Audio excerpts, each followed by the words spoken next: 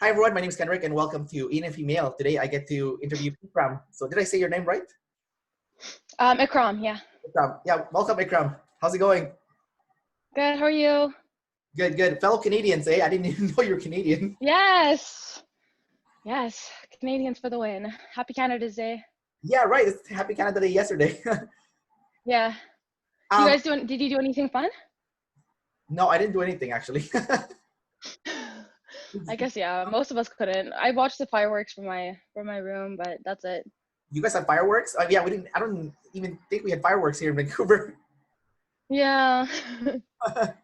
um, so, what is your official personality type? Like, what was your complete op type? My complete op type is double feminine, SETE, play, consume, blast, sleep last. So you're an ESFP jumper. Mm-hmm. What did you think and how did you feel when you got your typing results back? I was a little bit shocked, but not really, because I got all my human needs right. So I got play and consume first, and I knew that I was an observer. So those things were confirmed. But then I typed myself as an NF, I typed myself as an NEFE, and they gave me SCTE. So I ended up being an ST. So that was kind of shocking, yeah. But I was kind of over it after like 3 hours. I was like, okay, that makes sense. Yeah. And so you thought you were an ENTP at first then, like a jumper ENTP. Yeah. I thought it was an ENFP for the longest time, and then I think like maybe 1 week before I put my typing video in, I realized I was like tribe over self, like big time. So I was like, Right. oh my gosh, I'm tribe over self. But then I was so stuck on being an NF, like a feeling type and an intuitive. So I was like, oh okay, I'm just FE then. Um, you're actually NF last, if anything. That's kind of interesting. Yeah. I wonder if that's like your subconscious kind of like craving that, like I want to be an NF person, like. Also, I've been thinking about it, and I think like I was called a hippie my whole life when I was a kid and stuff, and I think it's because I'm an EP and that double feminine bit, and then the double deciding, so it's like just kind of an easygoing person. But yeah, I think Yeah. probably that's what I was just seeing. Well, that's like the joke, right? Like all EPs are chill. They're like, oh, you're not a chill EP. Yeah, So, yeah, exactly. um, so how did you get into like the personality typing stuff? I've been into personality typing since I was a kid, really. Like, I really liked. I guess it really honestly starts like when I was very very young with astrology and stuff. I just like putting people into boxes, Yeah. even though like astrology, it doesn't really fit very well. Yeah. But I guess I was. But then I went to numerology and all this stuff, and I was just always trying to figure out a way to put people into boxes because I was just trying to understand them. But then I think I discovered MBTI when I was like 16 in high school, and I had typed all my friends, and I did the 16 personality typing quiz and all that stuff, and I was an INFP in that. And then I just like grew out of the INFP like stereotype or whatever. Like I was an INFP, I think, for 1 year when I was 16. And then after that, like, it's probably because I was like deep into my FI, like when I was a kid, right? But then I moved on to the Enneagram, and then I came back because of Dave Powers. I used to watch his YouTube videos back in the day. Right. And now what is your Enneagram? Enneagram self-preservation 4. You're a 4? Yeah. Okay. What about you? Yeah. I'm a 7, type 7. Cool. Yeah. Okay. So you play first, and I can see it. It's like so strong. Really? Yeah. No, it's good. It's good. No, I like interviewing play first people because it makes my life really easy. Yeah. Like if I interview someone that's play last, then I have to really put a lot of effort to get them to engage me because otherwise they're just like they're in their own world or it's not like a back and forth conversation, but like when I'm interviewing play in the first 3, it's a little bit easier because they're like, yeah, let's tell me about you. Oh no, talk about me. It's like easy. Back and The forth. ping back game. Yeah, the ping back game is really strong and it's comfortable, right? Yeah. Yeah. So let's start with your play. You have ST play. What is ST play like? How do you experience that? I don't really know. I honestly, Yeah, it's funny that you like talked about my play because I don't really see it. I don't really see my first like. I think maybe it's because it's double feminine. I don't really see it too much, but ST play, I think. I think being in the moment probably, and then you think like for TE it would just be like solving people's problems, like, oh, you should do this, you should do this, you should do this, but I don't really see that in myself all the time. But I like since getting my typing, I see that in myself more. But yeah, I don't know. What would you think it would be like? Well, Yeah, what's your any TE play like? let's talk about yours first, and I'll talk about mine. So Okay. yeah. So I spoke to some people with ST play, like INTJs and stuff, and when they told me Mhm. what ST play is, they said it's a lot of dad jokes. So do you love dad jokes and all that stuff? Like, I enjoy a good dad joke. Yeah, yeah. yeah, do you have an example of a dad joke? Like, Honestly, I don't know. I don't see myself making a lot of dad jokes. I'm not that funny, I'll be honest. I laugh a lot at other people's jokes, but I'm not really cracking the jokes most of the time. you're not cracking Oh, jokes. you know what? Honestly, I'll be okay. Yeah, I think I make a lot of dad jokes at my job. I work at a coffee shop. I'm a Okay, barista, yeah, so I think I make a lot of jokes about just like, oh, great job steaming that milk, or like, people are waiting for their drinks. Like, don't freak out, don't freak out. Like, I don't know. Yeah, I don't know. it's also an ST joke, right? So you like to joke about like things, like on Yeah, I think I'd probably just mess up my voice. That's like the only part of the joke. It's just me being like a little bit annoying with my voice. I can't think of any ST joke that's appropriate, so I'm not gonna say anything. But like I feel like a lot of ST like inappropriate almost. It's either really lame or really inappropriate. So it's like the extreme, right? So I can't think of That's funny. it. But let's move on to the second stuff. Your SF second, right? What is Hmm. so I can actually see you're very SF actually. Like you have like that, the cool person vibe, the Oh, nice. yeah, like I'll take that compliment. yeah, no, I mean it's obvious, like so what is like your SF consume like? Like do you consume a lot of like trashy TV shows or like like the Kardashians or Yeah, something? I think I actually watched one of your other interviews, and I was trying to figure out if I have like if my animals work with functions, like if my consume is actually SF or if my sleep is actually NF. And I think the only thing is like my sleep is more NF, but my consume, I think I consume a lot for my TE too, right? So it's like, I don't know, I don't think it's like definitely cool stuff. Yeah, definitely music and movies and stuff like that, but also a lot of like just learning for TE, like things that will help other people, that will help myself. I've consumed a lot of stuff about politics, which is not really SF fun. um, and yeah, so I think my consume is, yeah, everything. Well, if Hmm. you have Saver Consume, you're gonna be gathering everything pretty much. But Yeah, true. with your Consume, you have SE. So are you gathering facts then? Do you like to get the facts straight? Is that what you like to gather then? It's not only facts. Like, yeah, this is why I actually thought it was NE, because I do gather in a lot of concepts. Like I said, I read a lot of stuff for politics, right? So a lot of that is concepts and stuff. But I have started noticing the stuff that I take seriously and that I like actually try to remember and like bring up all the time is stuff that is backed up by data. Gotcha. So So the sensory is super important for you. Um, yeah. you're also info dominant. So how do you freak out if there's missing information or anything like that? Yeah. Missing information. Yeah. I think I do freak out about missing information, but I'm struggling for like an example of like what a time Let me give you another example. Mhm. If someone were to lie Mhm. to you, how much would that like really bother you? You know? If someone were to lie to me, Yeah. it would bother me quite a bit. Sorry, somebody's. I mean, I'm on a call.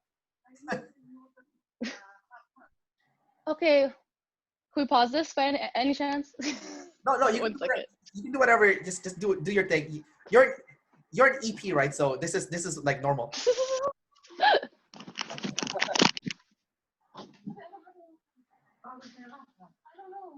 All right, so Ikraam is showing us what what happens in EP world.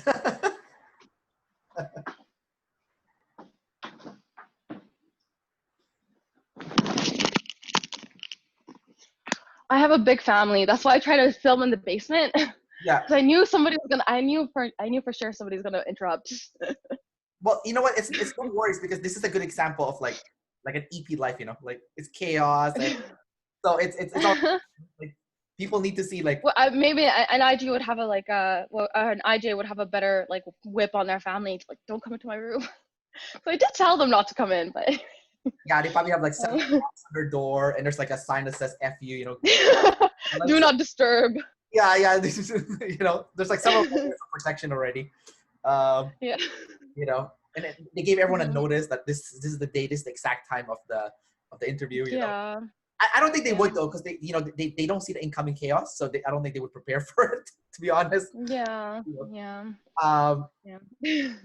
I was just thinking too. I was like, you know, I was thinking of kind of like National Geographic. You know, like right now, it's like, oh, hello, mate. This is the in your natural habitats. You know, it's like kind of like, you know. That's so funny. As you can Just see, running around. Yeah, as you can see, there's a lot of chaos happening, and they're completely okay with it. You know, it's like. Oh But, my gosh. so you're a double decider. So how balanced are you with self and tribe? Like, let's start with that. Honestly, I think I'm pretty balanced, honestly, and I think that was one of the first coins that I picked up because I play that role in like for other people. Like a lot of people, like since I was a kid, people would come to me and like whatever vent or whatever, and then I knew that I was like pretty good at calming people down or bringing the energy down because you can do that literally. Oh well, this side. I get what you're saying because like you don't want to just completely invalidate what the person's saying. I get where you're saying, where you're coming from, but like this person inside and how are they feeling, how are they thinking, yada yada yada. Yeah, so I see that in myself. I think it's like a superpower because like you can see everyone's point of view, so you can kind of you know, you can kind of explain to someone that's, especially if they're an IP or EJ, it's like, okay, you know, you did this, and I understand how you feel, but you know, you also hurt this person's feelings, and this is how they felt, and it's like, and then it's like easy for you to balance like where everyone's coming from, and you know, I guess that's where it's coming from also. When someone offends you, do you see their point of view even though they offended you? Like you kind of see where they're coming from. I think it's harder. I think it's hard to offend me.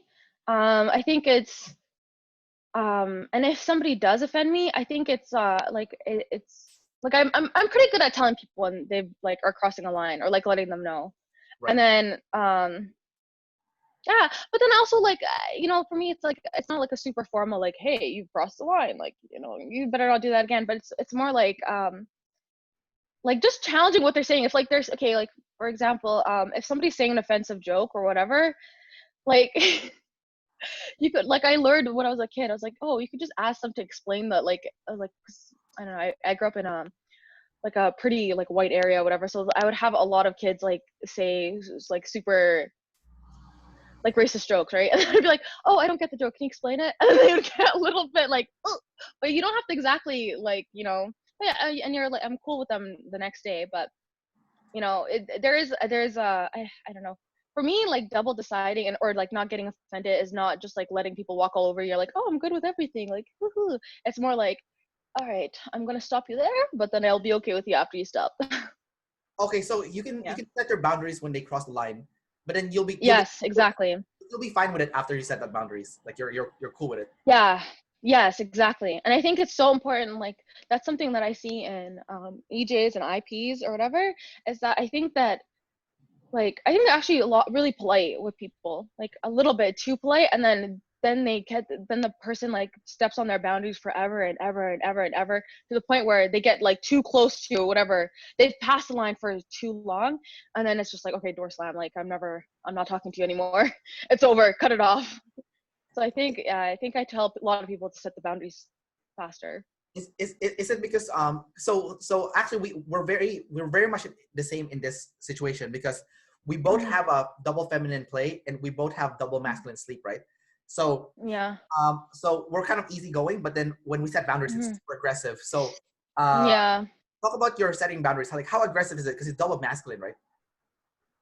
Yeah, like I can get into fights with people. That's why I thought that's why I thought I had I originally typed myself as FM, Yeah. but I thought I had I think my mom has masculine TE, so I typed myself as masculine FE because I knew I didn't have masculine TE. That's what I'm trying to say is, but I don't know. I can definitely like I'll set the boundary, and then if you continue to cross the boundary, then it's like, okay, listen, we set the boundary. What's going on with you? And then if the person backs off, then I'm completely good with them. But like, you know, I guess I'm not shy with confrontation. And I don't know. I don't know what you think about this, but I feel like confrontation is actually pro-social. Like, I think I remember writing something about this in the Facebook group, but it's like, if you, it's not even the setting the boundary, but like, confrontation in general is like, you want to like the person, so you don't want them to do something where you don't like them anymore. And I think that's the masculine FI bit, where it's like, okay, I don't like, I'm good with you, we're friends, but if you do this thing, I know I'm not gonna like you ever again. So let me stop you before you do that thing. Do you feel the same way, or That's you a have masculine FI too? Yeah, I Mm-hmm. have masculine FI also, but that's a good way to put it actually, because I think Mm-hmm. my breaks is a little bit it's more aggressive than yours, I think, because like for you it's like, okay, I'm gonna stop you before I don't like you anymore. But for me, Yeah. the moment I stop the person is because I already don't like them and I already cut them off. You know, it's Oh damn. I know it's horrible. So I need to practice getting to the point where I need to stop them before it gets to the point where I just cut them off straight. You know, Yeah. 'cause- Yeah. It's yeah. something I had to learn too, because I think that play first bit, like you just kind of, you're good with things, and then are you sleep blast as well? Because I think the blast bit also contributes to that, because sometimes I'll notice that somebody's been rude to me for a really long time and I haven't realized, because I'm just like not processing it. And then when I do, like, I happened to me a lot when I was younger, and then I would wake up to the fact that they're like super rude, and I'm like, you know what, I'm just never talking to this person again. Yeah. But I've as I've grown older, like I'm less like that. I like this example. I'm having an interview. Stop. I'm literally in the interview. Stop. Iman, talk to me later. Bye. Oh my god, literally, I have a door. Like I have a chair against the door, and people are still trying to slam it down. How many people's in your family? I was like, right now there's not even that many people in the house. There's literally 2 people, and both those people I've been trying to knock down the door. But usually, yeah, it's like usually 8 people. Yeah, Oh my big god, family. that's a massive family. Yeah, Are you like which order are I'm you? the oldest. I'm the Oh, oldest. you're Yeah. the big sister. I'm the big sister. Yeah, that's why. Yeah, Knocking down the door. yeah. I'm also the oldest child, by the way. Oh, nice. Yeah, actually, I have a bigger family than you actually. So I have a bigger family than 8 people, but they just don't all live in the house now. you Don't worry. have more than 8 siblings. Yeah. No, not 8 siblings. Okay, well, I do have more than 8 siblings. It's complicated. Like I live with 3 siblings now, but then I have a lot of half siblings from my dad's second marriage. Yeah. So altogether, I actually have like I have like 13 siblings Oh, you got me altogether. beat. Yeah. So I have two younger sisters, but Yeah.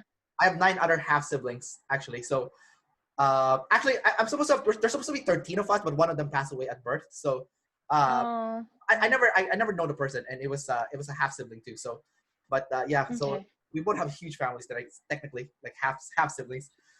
But Yeah, same here. Yeah. anyways, back to the boundary stuff. So I think this is Mhm. super interesting because it seems like it's a lot of FI sleep class people have this issue like us, Mhm. um, Mhm.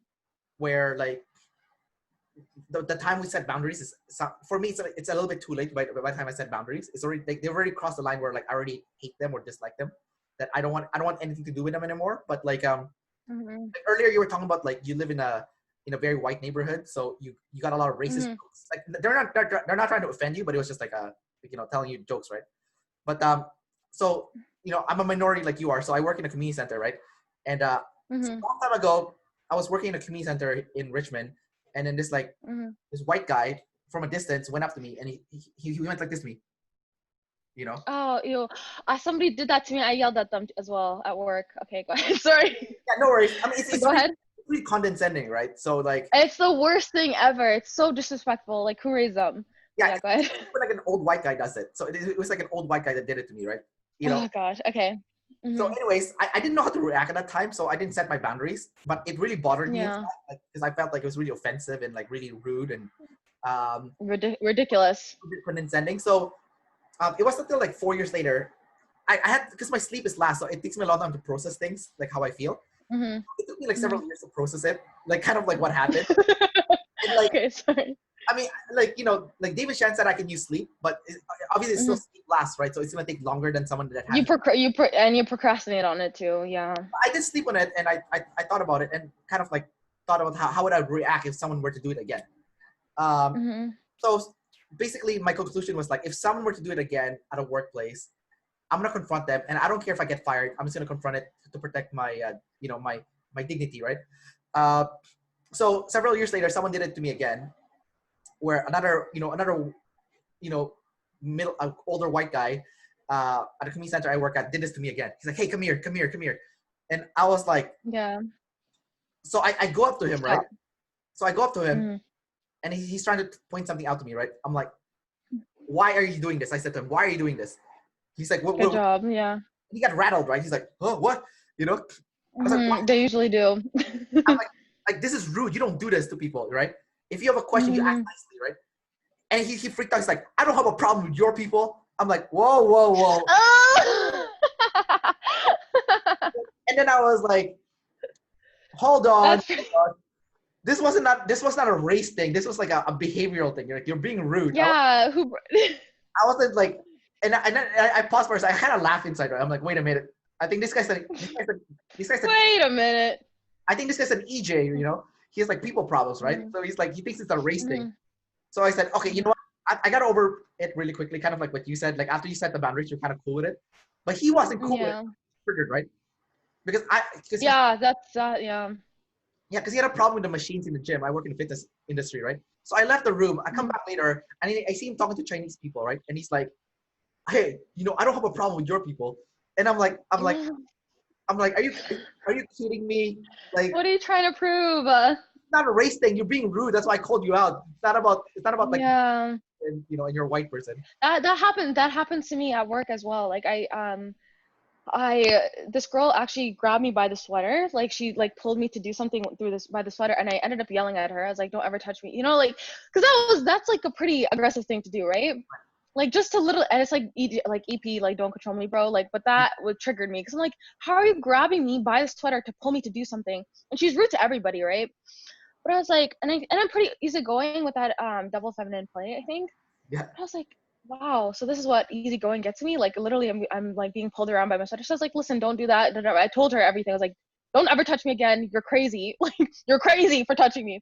But then all of a sudden she started talking about like, I'm not racist. I'm like, whoa, like literally, like she's like, I don't have a problem, like you know. And then she started crying, like as if I was It was just really weird because it's Oh like my you had god. wronged me. And now you're crying about like you're crying because you think I'm accusing you of something I'm not. I'm like, literally, just don't touch me at the workplace. Like, this is the workplace. Don't touch people. All.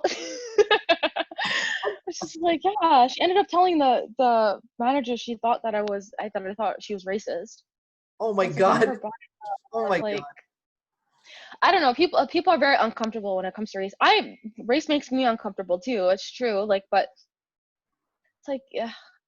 It's just I think it's ironic because like so many people are like, yeah, don't make everything about race, but I didn't make anything about race. Yeah. I didn't bring it up. You brought it up.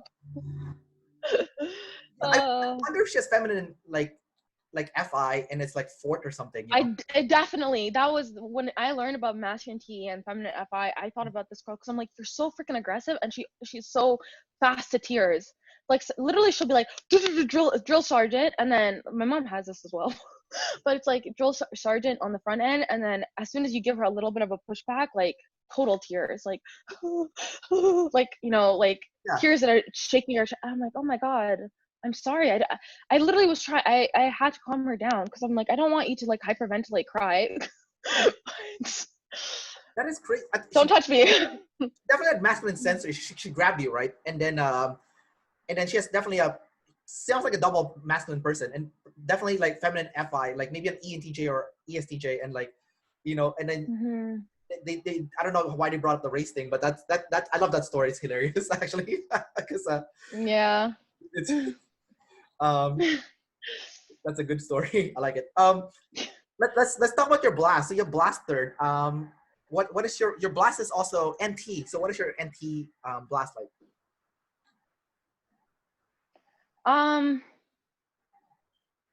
I guess if NT blast, I guess I do talk a lot about politics.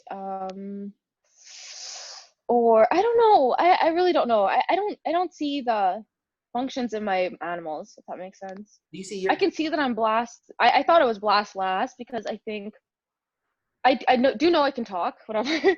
but I do know I also am a bit long-winded, and like I can really tell when I talk to somebody who has blast higher, and they'll do that thing where they'll like sum up everything I said in 5 minutes, like 2 sentences. They're like, yes, very much more efficient than what I said. But with the NT blast, yeah, I don't know. I really don't know. Yeah. Like, do you do anything like the INTJs do? Because the INTJs have that like NT blast, right? And they're doing it all day. So are you doing stuff that are you teaching any concepts to people? Yeah, actually, no, I do. I think I do a lot. Especially when I was younger and I first was starting to get into politics and like reading books and stuff, I would definitely be like, listen, this is what I just learned, and everything's a construct, and like, but yeah, yeah, I think that'd be an example. But I don't know. I don't see it in my everyday life. Yeah. You have double activated TE also. So what's that like? I think I'm seeing it more in that I think like I thought it was FE. So when I'm talking to people or consoling people, a lot of people come to me for advice and such. And I thought I was consoling them emotionally, but I'm starting to see now that I kind of just like TE people, like literally life coach kind of deal. And I really don't want to be that way. Yeah. I see the downfalls of that. And it's a bit embarrassing, honestly, because you care about the person, and I feel like I'm emoting and like, showing my care for the person. But a lot of the times I'm just giving them TE tips and like, not not doing the thing I want to do, which is connect with you and make you feel better and like, tell you that I love you and all that stuff. But I definitely give too many tips. I'm trying to come back on that. Okay, so from what I can see, you're instead of like hearing out how they feel and like just like being with them when they're having that emotional breakdown, you're trying to solve the problem instead of Yeah. yeah. Solving their problem and telling them, yeah, I guess maybe that's where the anti blast comes in, where I'm like, change your mindset, change your life, like stupid stuff like that. And I'm like, why am I saying this? Why did I say that? But I don't know. It's so weird getting your type back, because it's like, I don't know if you're more of your type after you, like, I've been thinking about this more. It's like, did I become more of a TE person, or like whatever, an EP, don't control me, bro? Or am I just like, this is my suspicion, is that I'm just honestly starting to see it more. Or like, oh my gosh, that's me doing that thing. That's me doing that thing. Ooh, that's me not planning. That's me, like, yeah. Yeah, I know it's a big contradiction, because like someone tells you your type now. Do you feel like, should I be this type then? Should I fit in this mold? It's like, but then sometimes you're like, oh, maybe that's not me. It's like there's like almost like a, what do you call it? Like an inner struggle now with your identity, right? Like when someone types you. So it's a bit of an ego death, right? Because you're just like, and then also seeing all the people that are, I don't know, I have that huge 512 doc, like, where they don't have every type, but they have a lot of types. And I was going through all the SCTE people, and I'm like, oh, these are all my people. I relate to them. But yeah. Do you not like being an SETE people? Like, I think it's just, I don't like seeing myself and my problem. Or I think it's like, it's making me aware to a level that I'm uncomfortable with. Speaking of people and race, I interviewed this this black guy, Ian, a few days a while ago.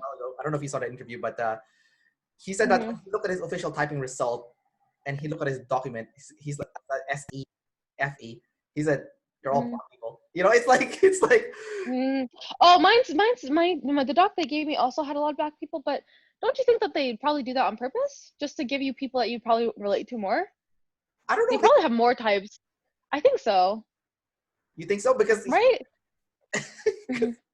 Because he's like, why is everyone that's SEFE black? You know, like it's like give him a huge list and they're all black, right? It's like, what the hell is Yeah, this? okay. I'll give you an example. So David Goggins is my exact 512 type, right? So I have him in Okay. my package, but then I went to the 512 doc, and Jackie Chan is also my 512 type, and I don't have him on my doc. But if I was an Asian man, they'd probably give me Jackie Chan. So I think they have a lot of different types, and then they're like, depending on your race, just so you can relate to the person a bit more, they give you, yeah. Maybe That's my theory. maybe Shan did that because she's an EJ, right? She's like, oh, I think the race is important. Like they probably not even thinking about it, right? I appreciate it, honestly, because it's like also you get that thing where you look like the people, you know what I mean? Like, cause I looked at the doc and I look like the girls in my doc, and so if I got Jackie Chan, it's not like I would get the same effect of like, oh, I look like, you know what I mean? So I don't Like know, I'm okay with it. better start learning kung fu then, you know. uh, so you have sleep last. What is your double masculine sleep last like? Also NF. Honestly, it's like yeah, I think it's all the stuff that I procrastinate on, which is like for me, I know they don't say this anymore, but they used to say missing, like the missing last animal. And I like for the longest time I was like, oh man, it does honestly feel like I'm missing sleep, but I realized I'm not, like I wouldn't be being if I was missing sleep. But it's like more like it's the thing I know that I should be doing, but I don't. Like I procrastinate on it. Like I know I should probably journal, and I know I should probably um plan my like I have a big life plan or whatever, and try to do that, and I feel like I should do that, and I know I should do that, and I just don't. I really don't, because it makes me nervous, it makes me anxious, it makes me feel like restless, like I should be doing something else. Yeah. um yeah, and that's how I experience my sleep last. But like that is the one time that the functions and the animals like make sense to me. So like my sleep last is Ni+Fi, and if you think about that, that's like planning for a life that you enjoy, right? And that's my last thing, and that is like the thing I procrastinate on the most. What I do is like i I basically I fix things in the now, and I try to make whatever my present situation and other people's present situations better. And so I'm kind of like an energizer bunny, like running around everywhere, like putting that fire out, putting that fire out, putting that fire out. But then when it comes to the big picture, like I think this is the whatever observer issues I'm having. But it's like when it comes to the big picture, I know that I don't put a lot of time there, you know? Like I don't, yeah. So what do you think is the kind of life that you would enjoy long term? What do you think would that be? um I have a few ideas, but then that I don't know if I want to share them exactly. What they say we're at end, right? You're allowed to guess. So what is your guess?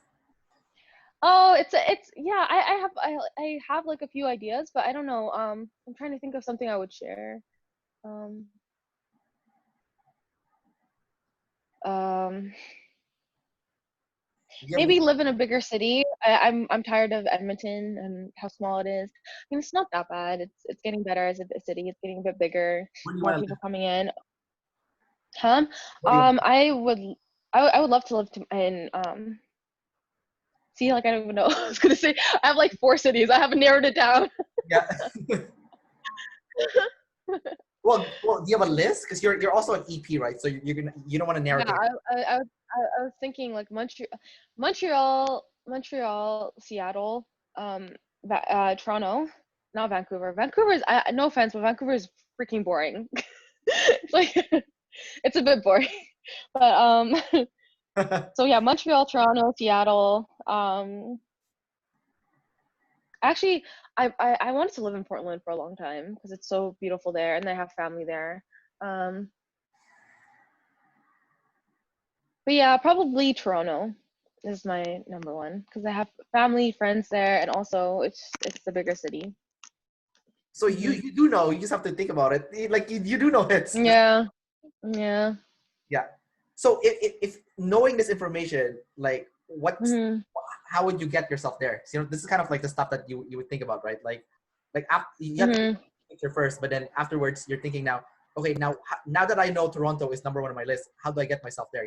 Like Yeah, and I know that I have like half-baked plans for all those little things. Yeah. Like I think with having consume second or whatever, I have a little bit more in touch with my FI. So I know the things I like, and I know that I really like Toronto, and I know I really like Montreal, and I know, but it's like, okay, now how do I and I think it's also how do I sacrifice, it's like that double activated play where it's like I still want to be in the mix with everybody else in my family and all that stuff. So like how do I sacrifice time with them to do my own thing and all that? Yeah. It becomes complicated. But yeah, you're right. You're totally right. I should spend more time on that.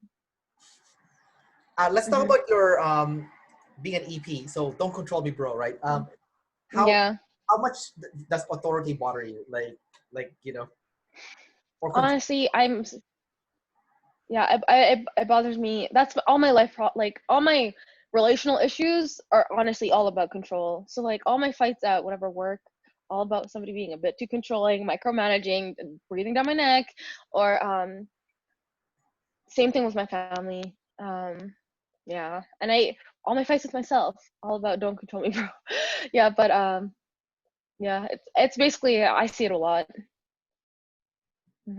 So what they said with EPs is that if you don't want anyone to control you, you need to control yourself. So do you feel like you have a lot of self-discipline or self-control, or is that something that's working towards? Honestly, with having like masculine and when I see that I'm about to get controlled, or when I see that things are getting like whatever, it's the 11th hour, I have to get my craft together, and I do have that blast, and I do have that masculine NI, so I can honestly like bring in the reins. I really can. But yeah. Gotcha. Um, Talk about your masculine NI. So when people talk about masculine NI, especially with the lead NIs, they said that they're going in one direction and they're disrespecting the sensory and they're gonna fall off a cliff if they don't look for like the incoming chaos, right?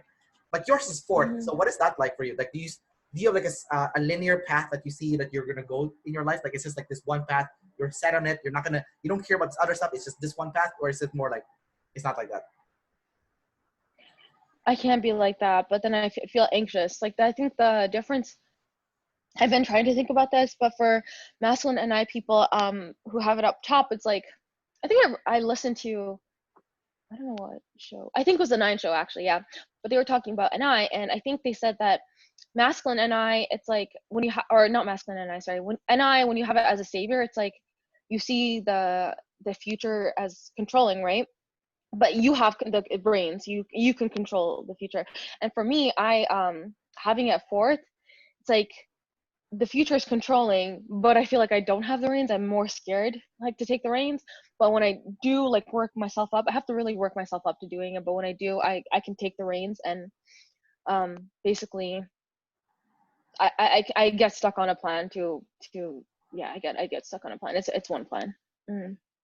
So once you're set on that plan, it's not gonna move. It's gonna be this plan, you know. Unless it's like, unless honestly it's the SETE, whatever, play first, like that knocks it down. That has happened to me quite a bit. I don't know if you relate to that, but whatever plans you have, and then like out stimuli from the outside world or whatever, or like people need you and you get stuck in the, yeah.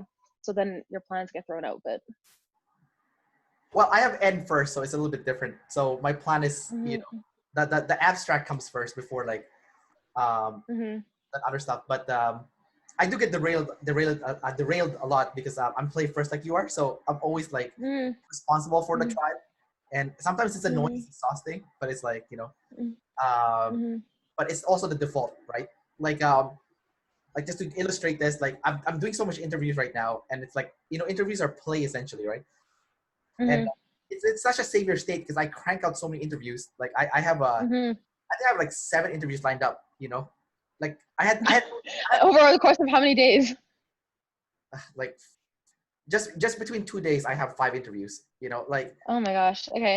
And it's like play savior, right? It's like for me, it's like okay, I'd rather do that than like to sit there and do some sleep processing or blasting or anything or consuming. I'd rather just use play because play for me it's like it's natural. I can do it all day, right? So it's like I don't know. Do you relate to that? Do you feel like you could interact with people all day? Really? I think I can interact with people like maybe 3/4 of the day, and then I have to go alone to do my consume. Yeah. Yeah, no, okay. I I relate to that. I relate to that. yeah. I gotta yeah. I thought it was and I honestly was one of the more surprising things is it makes sense that I have blast, but one of the more surprising things is that I'm more extrovert than introvert because I barely talked so much when I was a kid, and it's because and I now I'm realizing it's because I consumed so much. I was Yeah, really deep into my consume. I read so many books, like a ridiculous amount, yeah. and I was always reading. Yeah. What kind of So I genre think it's were you reading? um honestly like it depends on what time, but for my like for junior high is when I read the most, and I was just reading fiction, straight fiction. So it's like I was going from fantasy to like contemporary stuff to I think I was getting to more older books, and then historical dramas, and I have read a lot of Jane Austen. I'm revisiting her now during quarantine. Yeah. So you are a consume monster, but you Yeah. you're definitely super high energy though. Like I wouldn't be surprised if someone said you were play blast because you're so like energetic. You know. Oh, because I think it's quarantine, you know? Like it's not like I can you can't play that much during quarantine. I guess I have with my family, but Yeah, yeah, that makes sense because like because during quarantine it's all pent up, right? And you're waiting. yeah. Yeah, I've been like, so excited for this interview. I'm like, "Oh my gosh, gotta talk."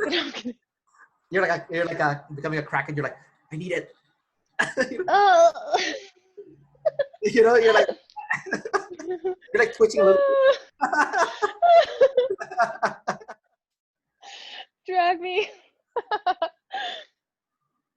um, so you're double feminine, so you're a tester. So do you like to like try different food, or like are you like always experimenting on different things? Like what is like your experience with as a tester? um yeah, I like I would contribute my need for like trying new things with my OE, honestly, the SE bit, not so much the tester bit. I don't understand the tester modality at all. And I think I listened to an interview with David Chen where they basically said they don't either because they don't have that in their family. So it's like they have a double masculine, an MF, and an FM, and they're like, we don't know what's going on with the testers.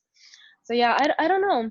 Um, yeah, but I like responding to what you said. I do like like having new food and trying new things and stuff. But I don't know if that's tester or OE. Um, I feel like it's more tester because I just mhm, met like I even met IJs who are like tester and they're mhm, they're, they're controlling, but mhm, even to try like if they're a tester there they have SE for example, um mhm, like oh yeah I want to try different food, like you know like I mhm, like I met like I don't know if this is an accurate example, but it seems to me that when I meet mhm, someone that is a tester, they seem to be a more serial dater also. Like they like to mhm, try dating different people too. Like it's like mhm, everything has been mhm, experiments. Like yeah, like mhm, mhm, like it seems like I met like a lot of tester. I have a lot of female friends that are testers, and they're like, oh yeah, I've dated mhm. the rainbow. Like, you know, like, That's so awkward. Okay. yeah, they're like yeah, Yeah. just a black guy, an Asian guy, a white guy, a Latino guy. They're like yeah, I've tried all. Yeah. And I'm like okay, I'm like oh that's like super, that's like super tester. Like I was like Okay. Cool. you know, I don't know. Yeah. It's just like when I notice, I'm like, and they're all like double feminine testers, right? I'm like, oh, okay. And I Mhm, have coworkers who seem like double feminine. They're like, I don't have a type. I mhm, anything is like mhm. cool with me. And then they also try. Sorry. Yeah, Is do you hear a lot of background noise? Sorry, I'm having a slight observer freak out. I hear not. None? Okay, good. Because there's so much people talking in the background. I'm like, oh my god, they're hearing everything. No, no, no. Sorry. Okay. I don't hear anything. Don't worry. So Okay, good. this whole time, this whole time I'm in a slight K-hole because I'm like, oh my god, this is unusable footage. Somebody's yelling in the background. He's being played. yeah, no, no, no. I don't hear Okay, anything. Don't yeah, go worry. ahead. I hear nothing. So Okay, you're good. okay, that's good. Yeah. That's good. So that's what I was just thinking that with testers. So I don't know if you're like Mhm, if you like to experiment with different food. I know a lot of testers like to do like traveling too. Like they like to travel to a lot of different places. So I don't know if mhm. you experience any of that stuff. Do you feel like you do? I feel like that's my vibe. I like to travel. I would love to travel more. I haven't traveled that much, but Yeah, and then I do try a lot of food. Yeah, that checks out. Yeah. So you're tester and visual. So are you very visual too? Like you are good with, Yeah, yeah. are you good with drawing or painting or any of that stuff? Would you say? I took art in high school and I thought I was pretty good at it. Yeah. I don't, it's not like a hobby of mine to draw anymore, but I thought I was picking it up pretty quickly and I really enjoyed it. So, and I think about the visuals a lot, making things pretty. This is not painting, but like I didn't like I didn't wear makeup all of high school or whatever, and I think I just taught myself how to do everything in 2 days in my room. I just locked myself and took all my aunt's makeup. So I really enjoy doing that. That's kind of my whatever artistic outlet. Um, yeah, yeah. I see a lot of visual stuff. It seems like you pick it up And pretty. yeah. Yeah, you were saying you were gonna say something. No, I don't remember. Sorry. All right. Let's see. Did I miss anything? Asking you about anything like info doc. I feel like I'm missing something. Okay, let's go back to the fourth function Ni, and the fear of control. So let's talk about your fear of control. Um, what kind of control do you fear? Because your fear control is Ni. It's not like Si. For me, it's Si, right? So what fear do you have that's from the future then, essentially, for the Ni future? Like what is your fear coming from? Well, I don't know. A big thing is that I feel like I don't know exactly what's coming, and then I know that you can guess whatever. Yes, I am aware that you can guess and you can, but I think I'm just so keyed into the SE like reality of chaos. Like you can't plan for everything, and so it seems almost like I don't know. I guess I try to prepare for chaos rather than control, like deal with the control so that there is less chaos. That's my strategy. So Yeah. it's like the opposite coin of whatever the IJs with the NI first, where it's like they over control so they don't have so much chaos. I over gather so I can deal with the chaos. So get new skills, see new things, and just because like I don't know what's coming at me, and so I want to be ready for what's coming. But like I could also plan. So that's how I see the NI bit. Like I do see I don't know. Maybe I can, if you describe your SI control bit, maybe I can ping off of that, you know? For me, it's just consistent. I need to be more consistent. So with the SI, it's a set routine. It's gonna be in the physical world because it's SI, and like what I notice and what I realize is that the more consistent I am with something, I do get the result pretty quickly, but I fall off the wagon really quickly. I don't stick to it long enough to see the fruits of my labor. So the times when I did stick it out and use the SI and just like it was really painful, but when I stuck it out, I'd really get massive results. And I was looking at other EPs too who's really succeeded in life, and it all boils down to like giving up your freedom towards doing something that that you should stick through, regardless of how painful and how not enjoyable it is anymore, just because you can really benefit from the results. So I'll give you a concrete example. Like Obama, for example, he was a president for like 8 years, right? Like, he kept saying he wanted to get out of the office because he was sick of being in the office, cooped up, right? Of feeling trapped, right? But like, he did it and he was successful. Jocko Willink, right? It's like discipline equals freedom, right? So, you know, I think his biggest message is like, if you have the discipline to like control yourself and do the right thing, then you have the freedom to express yourself on areas that matters the most, right? So for example, he said that to Joe Rogan, right? And then Joe Rogan he told Joe Rogan, if you have because you have the discipline to research and to practice, then you have the freedom to be on stage and do your comedy and crack jokes. And you won't have the freedom if you didn't have the discipline to practice other stuff in the back end of things, right? So, so that's kind of like what I've seen with like us EPs is like, if you take something long enough and we have the discipline to do the right thing, even though it's boring and it's not fun anymore, it's still it's gonna give us like the biggest bang for our buck. Yeah. Yeah, I get that.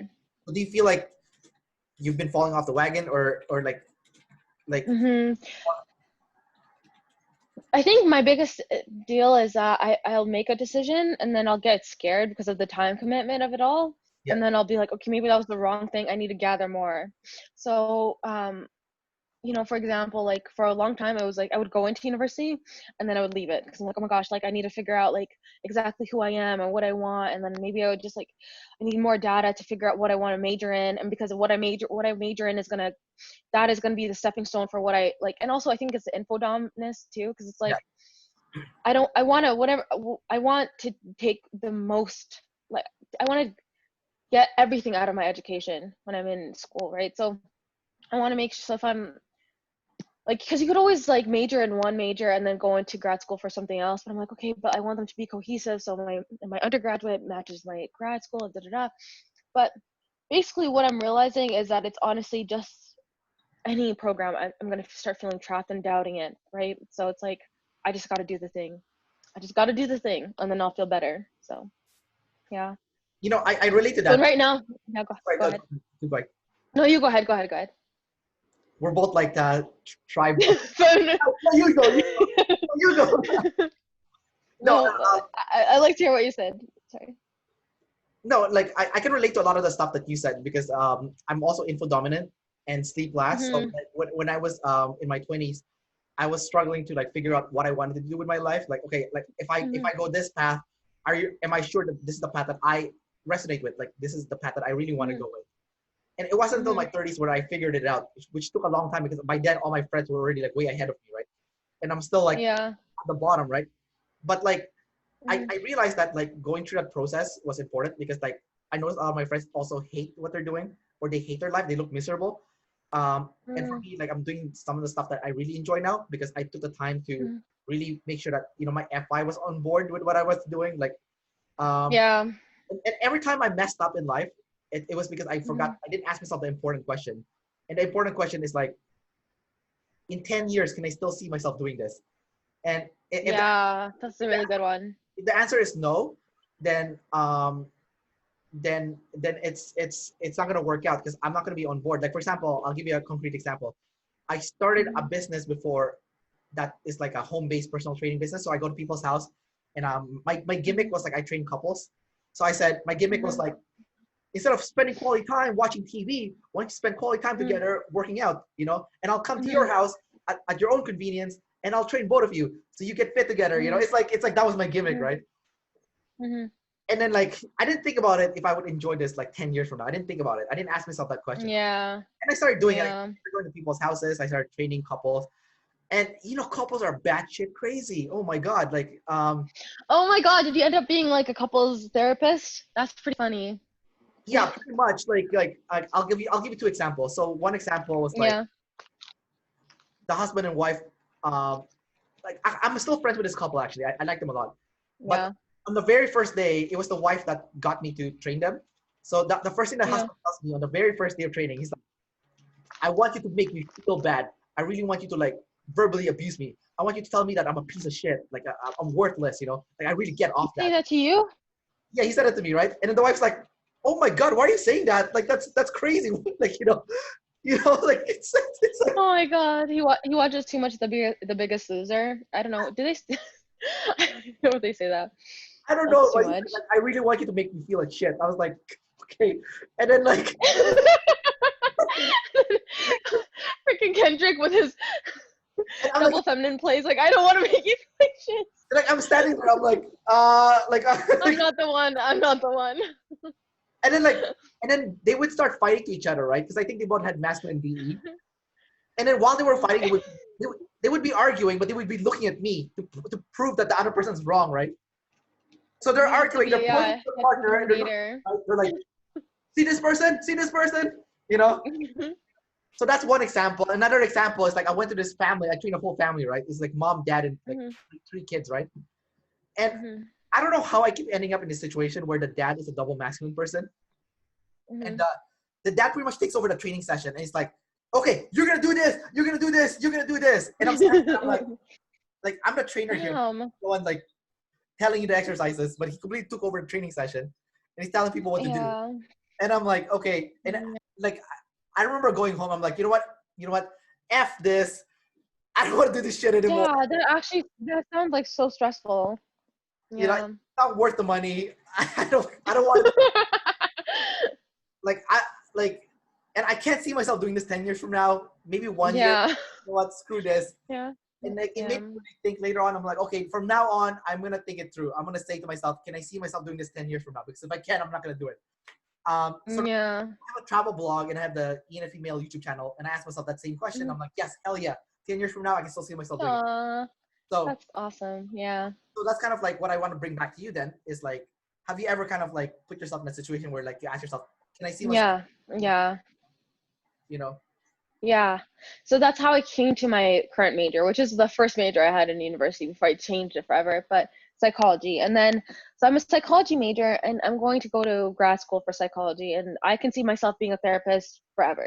So that is what I picked. And like, I feel pretty solid about that. And also, I don't know, it's like, I think I'm still young, so I love my savers or whatever, but it's just like, I'm also happy that I went through all that because it developed me as a human being to go, because I did a lot of things every time I left the university. Like I started an organization, like I volunteered, I made so much different connections, and I grew as a person, and I took all these different classes that I obviously didn't continue with because I had to really ask. And I think this is actually my play helping me with my sleep now that I think of it, because it's like I did all these things to figure out who I was and what I wanted in my life. So I gathered all that SE data, and now I feel more confident in the idea that I can be, hey, I'm going to be a therapist. That's what I want. So yes, I've done that as well. I think it's really nice that you're displaying like the double decider really, really strongly. Mm-hmm. Because even though you're a tribe person, you still know yourself. Like you still know yourself. And I think that's super cool to see that. But at the same time, you're an EP, so you have things problem. So let's talk about your things problem. What kind of things problem do you have as an EP? You know?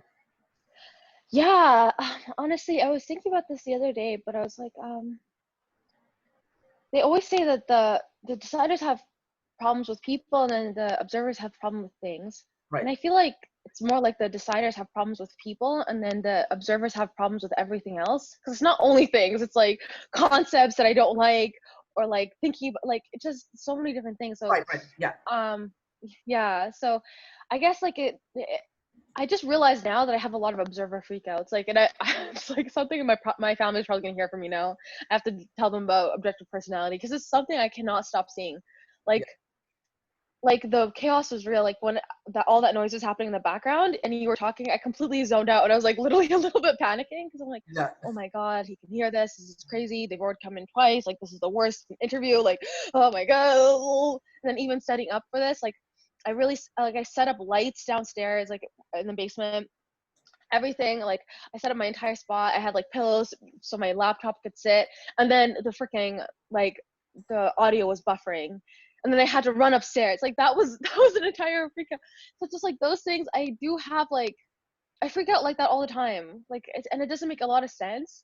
You know, at the end of the day, I figured out, but it's like, you know, you said earlier that double deciding is a superpower, but I honestly think double observing is such a superpower to me. So I'm like, I see that in my mom. I think my mom's an EJ with TE first. I think she's a standard ENTJ with TE and I. But I see that in her all the time. I'm like, wow, like she has a concept, which is like she has a goal in mind, but she's not one of those people who's like constantly sitting on their like hands, like, you know, visualizing their goal and just not doing anything about it. She like honestly does things for her goals, and then she knows how to, and she just knows how to balance those things. And I'm like, wow, you're amazing. That's amazing. I love double observing. So yeah, I see a lot of observer freakouts myself. It's so hard for us though to like gather and organize, you know, like Yeah. it's so tough. It's so tedious, you know. It's so Yeah. Yeah. Yeah, so it's like I gather too much, and then when I do organize, I'm very weird about it. I'm like, oh my god, like for even this interview, like here's the lights, here's this, and here's that. I have my mic just in case, and da da da. And then if it doesn't work out, it's like, oh my god, my plan. But yeah, so I see that. Isn't what they said that if you're an EP, I think one of the best ways for you to grow and get better at whatever it is you're doing is to write a book. because then you have to organize all your concepts now or your sensory, you know. Yeah. Yeah. So maybe that's gonna be like a life goal for you, just like to write a book someday or something. I've always wanted to write a book. Yeah. Yeah. I think it's that being such a big reader when I was a kid. I've always wanted to be a writer. I guess not always. Around 12. But yeah. Um. Are you Yeah. Maybe I should do that. are you writing right now already or not? You're not doing any writing. I'm not doing any writing. I'm doing. I'm trying to go back into my FI a bit because I don't know. As I've gotten older, I realized that I've gone a little bit more into my savers. I think it was more balanced when I was a kid, if that makes sense.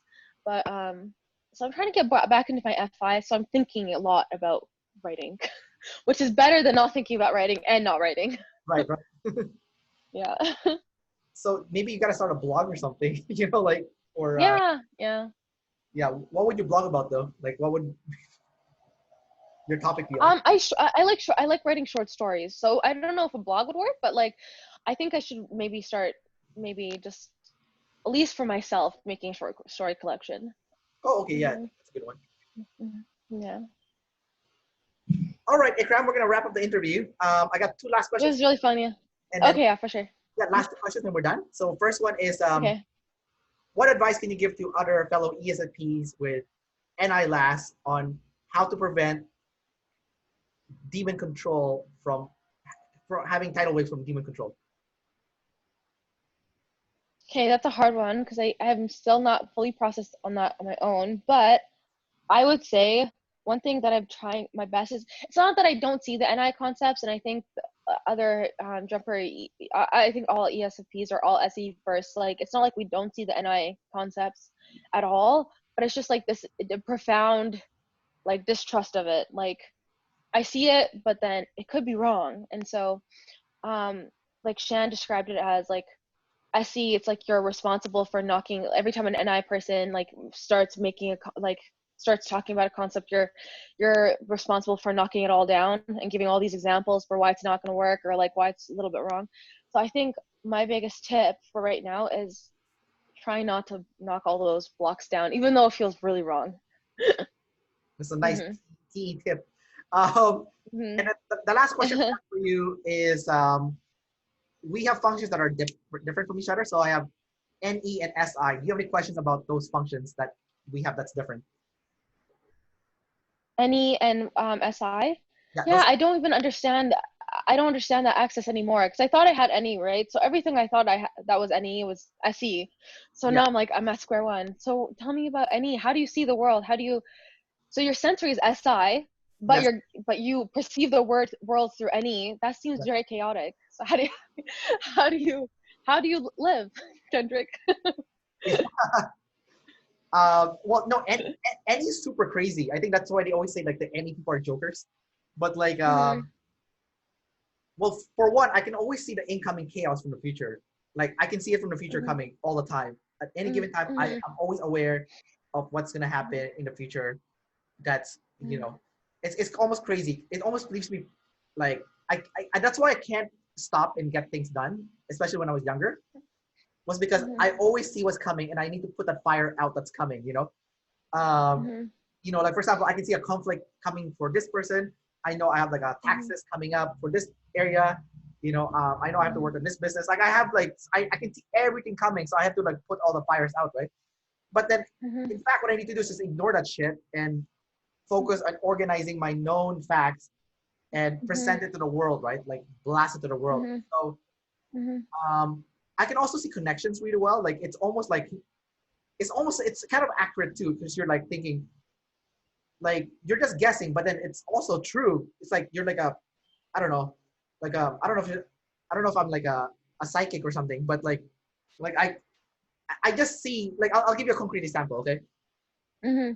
Um, one time, one of my friend invited me to his house to try Hmm. his mom's cooking, right?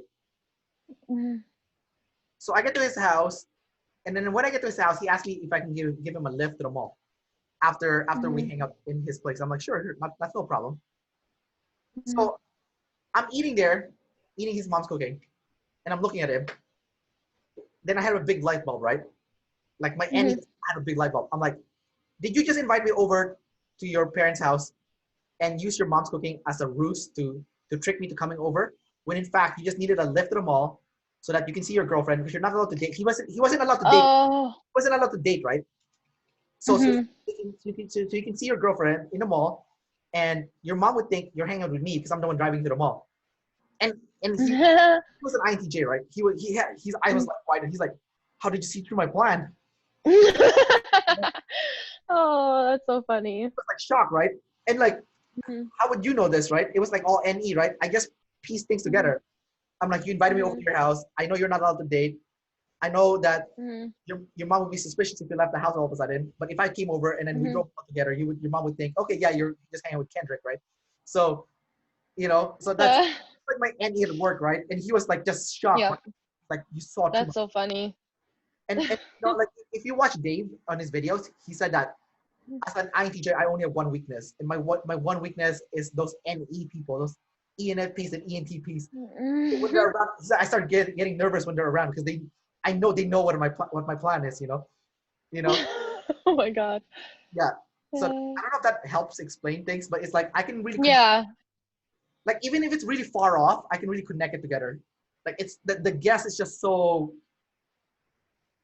it's such a good guess. It's like a really good guess, Yeah. Yeah. Okay, I think I understand more. Yeah. Yeah. Right, Ikraam. Thanks for doing the interview, and I appreciate it. Awesome. Thanks for talking to me. It's been really fun. So bye everyone, and bye again. Bye. See ya.